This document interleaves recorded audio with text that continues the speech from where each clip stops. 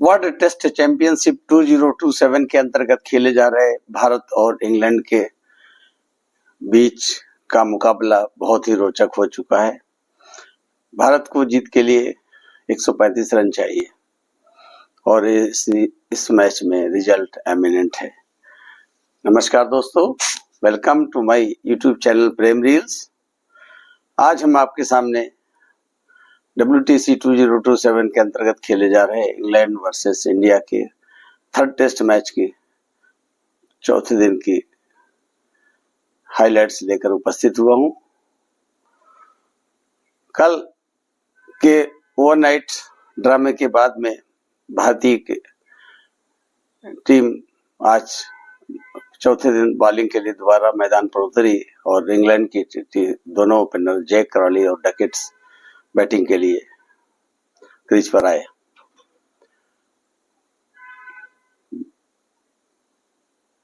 भारत के बॉलर आज अपने पूरे फुल फॉर्म में दिखे और अब अटैकिंग बॉलिंग लेकर उतरे और 2-3 ओवर के अंतर्गत ही टीम में लगा कि आज वाकई में भारतीय बॉलिंग हावी होने जा रही है। शुरू में ही सिराज के दूसरे ओवर में ही एक अपील हुई। अपील के बाद में सिराज और रविंद्र जडेजा शायद समझ रहे थे कि उनको भारत को एक विकेट मिल जाएगा और शुभमन गिल ने फैसला रिव्यू करने का मन बनाया, लेकिन हुआ ये कि अंपायर का फैसला फाइनल साबित हुआ और बॉल स्टंप से बाहर जाती नजर आई। लेकिन इसके बाद में बहुत ही जल्दी सिराज को डकेट का विकेट मिला, जिसको बुमराह ने कैच किया सिराज ने की बॉल पर और डकेट ने केवल 12 रन बनाए थे। अटैकिंग बैटिंग करने के मूड में थे, 12 बॉलें खेली थी, उन्होंने एक चौका लगाया था। इसके बाद में थोड़ा ड्रामा हुआ क्योंकि मोहम्मद सिराज काफी जोश में नजर आए। विकेट मिलते ही थोड़ी तू मैं भी हुई। अब देखते हैं कि मैच रेफरी इसका क्या इफेक्ट अपने दिमाग में बनाते हैं और क्या डिसीजन लेते हैं। जैक क्रॉली ज्यादा देर नहीं टिक सके, 49 बॉल तक प्रयत्न करते रहे, 22 रन बनाए उन्होंने, 3 चौके लगाए और नीतीश रेड्डी को जैसे ही वन चेंज बुलाया उन्होंने अपना योगदान साबित कर दिया और यशस्वी जायसवाल द्वारा कैच करा करके जैक क्रॉली को चलता किया। ओली पोप स्ट्रगल करते रहे। सिराज की एक बॉल पर ऐसा लगा कि उनके पैड पर लगी और अंपायर ने नॉट आउट का फैसला दिया। बट सिराज को तो यही लगता है कि हर बॉल पर विकेट मिलने वाला है। उसने शुभमन गिल को प्रेरित किया कि वो रिव्यू ले और उन्होंने लिया, लेकिन रिव्यू बहुत अच्छा साबित हुआ।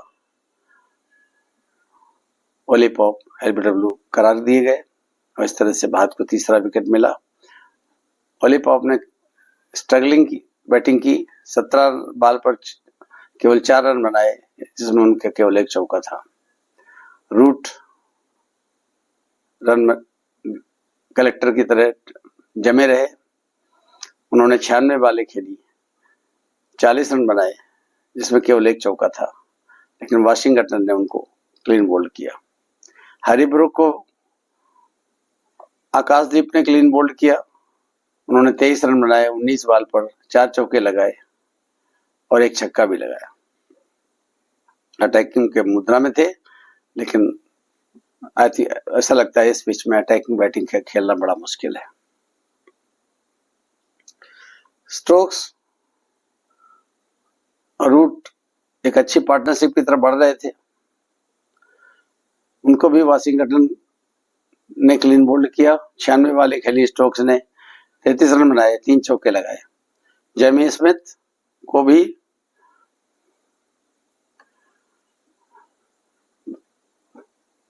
वाशिंगटन सुंदर ने क्लीन बोल्ड किया। उन्होंने 14 बालें खेली, 8 रन बनाए, कोई चौका नहीं लगाया। क्रिस वोक्स को बुमराह ने क्लीन बोल्ड किया, 10 रन बनाए थे उन्होंने, 33 बालें खेली, 1 चौका लगाया।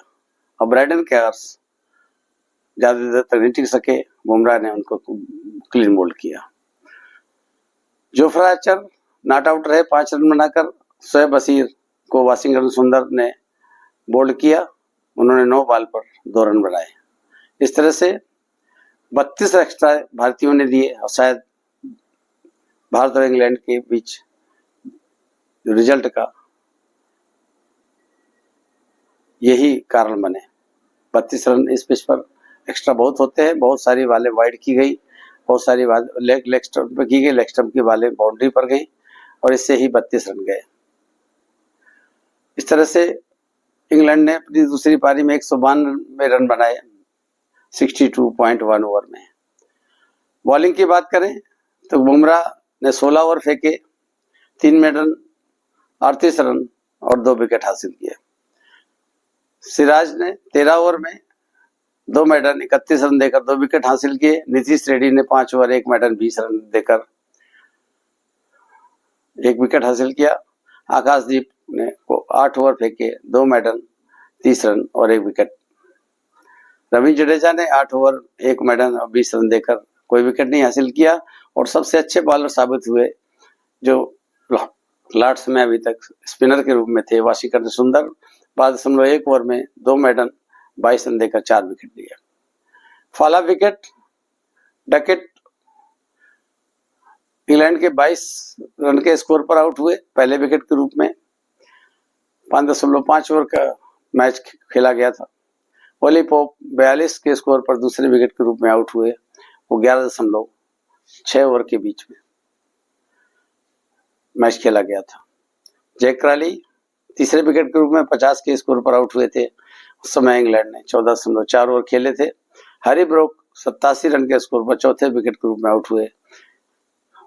उस समय इंग्लैंड के 21.3 ओवर खेले गए थे। रूट 154 रन बनाकर भारत जब इंग्लैंड का स्कोर था 5वें विकेट के रूप में आउट हुए। 42.4 ओवर का मैच खेला था इंग्लैंड ने। जेमी स्मिथ 164 के स्कोर पर छठे विकेट के रूप में आउट हुए 46.2 ओवर के मैच के साथ में। स्टोक्स 181 रन पर 7वें विकेट के रूप में आउट हुए। उस समय इंग्लैंड ने 14.3 ओवर खेले थे। ब्राइडन कार्स 182 के स्कोर पर 8वें विकेट के रूप में आउट हुए। उस समय इंग्लैंड के 55.1 ओवर खेले गए थे। क्रिस वोक्स 185 के स्कोर पर 9वें विकेट के रूप में आउट हुए 57.3 ओवर के मैच में। और शोएब बशीर 192 के स्कोर पर 10वें विकेट के रूप में आउट हुए। उस समय टोटल 62.1 ओवर फेंका गया था।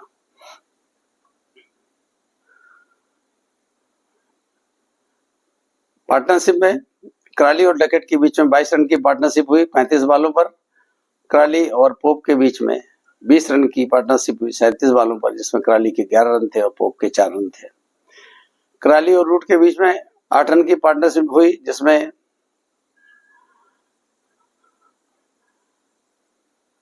क्राली के 5 रन थे और रूट के 3 रन थे। ब्रोक और रूट के बीच में 37 रन की पार्टनरशिप हुई, जिसमें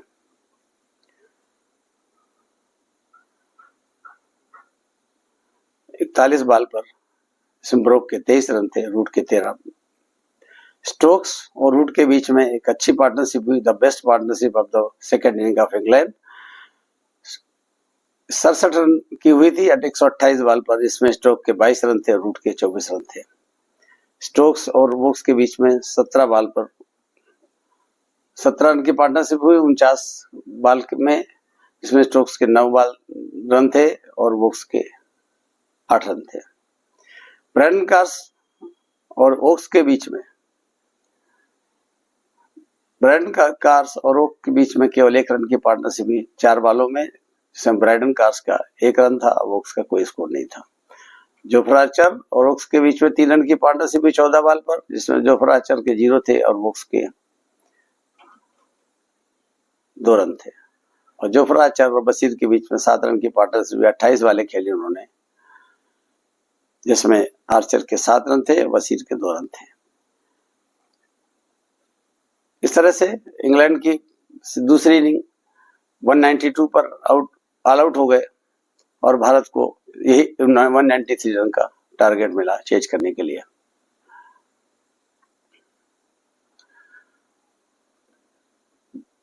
भारतीय की ओपनिंग जोड़ी यशस्वी जायसवाल और केएल राहुल बैटिंग के लिए उतरे, लेकिन जायसवाल का फॉर्म वहीं का वहीं लटका रहा। जो पहले 2 मैचों में उनका फॉर्म था कहीं नहीं दिखाई दिया, और जहां उनकी आज बहुत जरूरत थी उन्होंने मूर्खता भरा शॉट खेला। उठती हुई बॉल पर जोफ्रा आर्चर की उन्होंने शॉट खेलने की हुक करने की कोशिश की और बॉल आसमान की तरफ फेंकी। विकेट कीपर ने उसको बड़े आसानी से कैच ले लिया और यशस्वी जायसवाल जोफ्रा आर्चर की बॉल पर जेमी स्मिथ द्वारा कैच आउट किए गए। 7 बॉलें उन्होंने खोली, कोई खाता भी नहीं खोला उन्होंने। आई थिंक भारत के मैच का पतन का शुरुआत यहीं से शुरू हो गई थी। केएल राहुल और करुण नायर बैटिंग करते रहे। करुण नायर लग रहा था कि आज कुछ डेफिनेटली कुछ करेंगे, लेकिन 14 रन के स्कोर पर जो 33 बॉल में एक चौका लगाया था उन्होंने, कार्स की बॉल पर एलबीडब्ल्यू आउट हो गए। शुभमन गिल आए केएल राहुल के साथ में, कभी लगे नहीं कि वो सेटल है। वो सेटल हो सकते थे, वक्त दे सकते थे, हर बॉल को चेज करते नजर आए। अपील भी हुई, रिव्यू भी लिया गया, लेकिन बच गए और अंत में 6 रन बनाकर 9 बॉल पर एक चौका के साथ में एलबीडब्ल्यू आउट हो गए ब्रैडमन के कार्स की बॉल पर। आकाशदीप को नाइट वॉचमैन के रूप में भेजा गया, 2 ओवर का खेल बाकी था, लेकिन ये स्ट्रेटेजी शायद हमें तो समझ में नहीं आई। अगर आपको समझ में आई है तो आप कमेंट कीजिएगा कि केएल राहुल ने अपना विकेट बचाने के लिए दोनों ओवर में पहली बॉल पर रन लेकर के आकाशदीप को एक्सपोज किया। सबको मालूम था कि इस पिच पर आकाशदीप बैटिंग नहीं कर सकते, और अंत में यही हुआ। स्टोक्स की बॉल पर आकाशदीप दूसरे ओवर में बोल्ड हो गए। 2 बॉलें ओवर की बाकी थी। समझ में नहीं आया केएल राहुल का नजरिया क्या था, कोच का नजरिया क्या था कि केएल राहुल अपना विकेट बचाएं, जबकि केएल राहुल चाहते तो उनको पूरे ओवर को ब्लॉक करके आसानी से स्कोर 3 विकेट पर ही रहने देते, लेकिन उन्होंने चौथा विकेट साइकोलॉजिकल रूप में इंग्लैंड को दे दिया। और मैच हालांकि लग रहा है कि भारत की तरफ से अब निकल रहा है, क्योंकि भारत के पास में बैटिंग बहुत कम बाकी है। देखते हैं 5वें दिन का खेल किस करवट लेता है। भारतीय टीम क्या 135 रन बचे हुए बना पाती है, या इंग्लैंड इस मैच को 2-1 से अपने झोली में डाल लेगा। जो लोग हमारे इस चैनल में नए हैं, प्लीज लाइक करें, सब्सक्राइब करें, कमेंट करें, शेयर करें। हमें आपके कमेंट का इंतजार रहेगा। 5वें दिन का खेल के हाइलाइट्स लेकर हम आपके सामने दोबारा उपस्थित होंगे। तब तक के लिए नमस्कार, शब्बा खैर।